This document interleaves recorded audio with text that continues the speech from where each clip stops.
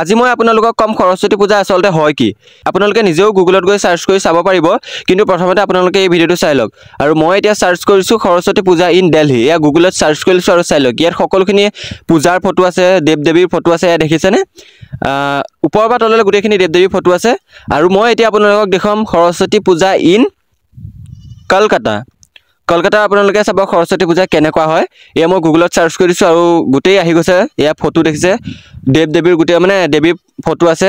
আৰু এই তললৈকে গোটেই দেৱী ফটো আছে বেলেগ একো দেখা নাপাব আৰু এতিয়া আসল কথাটো হ'ল মই দেখাম সৰস্বতী পূজা ইন আসাম এয়া চাই লওক আমাৰ অসমৰ মানে দেৱী কেইগৰাকী মানে সৰস্বতী কেইগৰাকী এয়া চাই লওক ইয়াকে দেখাব বিচাৰিছিলো আপোনালোকে নিজেও গৈ গুগলত চাব পাৰিব হয় না নহয়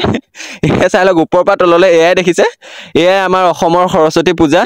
আৰু বেলেগ একো নাপাব মানে দেৱী ফটো কপিও নাপাব গুগলত গৈ মাত্ৰ আমাৰ এই দেৱী কেইগৰাকী ফটোহে পাব